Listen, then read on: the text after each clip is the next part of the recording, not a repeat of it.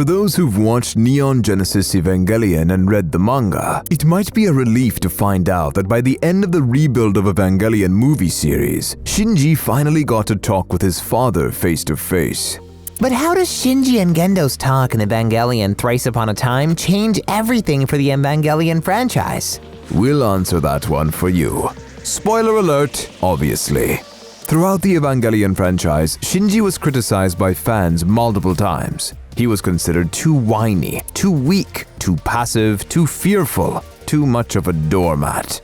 Nowadays, it's much more obvious that a lot of Shinji's behavior wasn't just caused by an existential crisis and the immense pressure adults put on him, but also by childhood trauma and depression. And, of course, his father abandoning him and then expecting a lot from his son, while repaying Shinji exclusively with disdain and indifference, was a big part of the trauma Shinji bore. Shinji's attempts to reach or lash out never quite worked with Gendo. He's only been useful to his father as a tool, as an Eva pilot.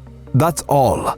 By the end of both the anime and manga series, Shinji got too desperate to ever try to reconnect with his father. Gendo, on the other hand, was quite effective at shutting his son off, both in the anime and manga, till the very end. But his final change of heart never quite helped him or Shinji get decent closure on the relationship. Yes, in the end of the manga, Gendo might have realized that his wife's intention was to build a better world for their child before she died, and that he almost ruined everything she attempted to achieve by his actions. And in the end of Evangelion, Gendo might have even apologized to Shinji, realizing his own faults before his son and his fear of bonding with someone else after Yui's loss. But neither his realizations nor his apologies ever reached Shinji's ears.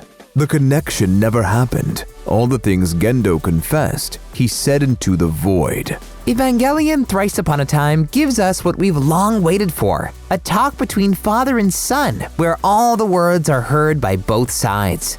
By the end of the Thrice Upon a Time movie, Gendo tries to initiate the fourth impact with the help of the Key of Nebuchadnezzar, becoming an angel-like being. But this time, Shinji found it in himself to stand up to his father and confront him.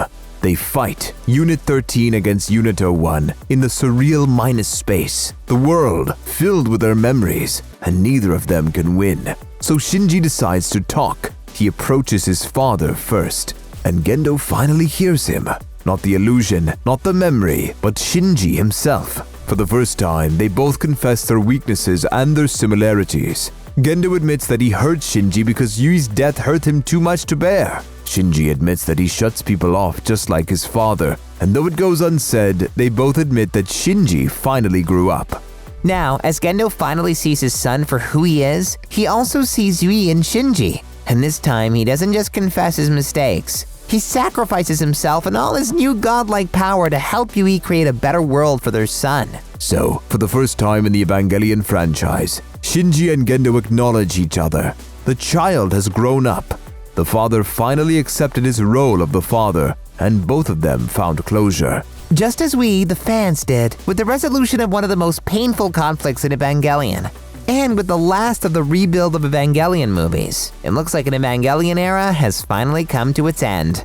And what do you guys think? Were you relieved by Shinji and Gendo's talk? Do you think that Evangelion Thrice Upon a Time should be the last Evangelion movie?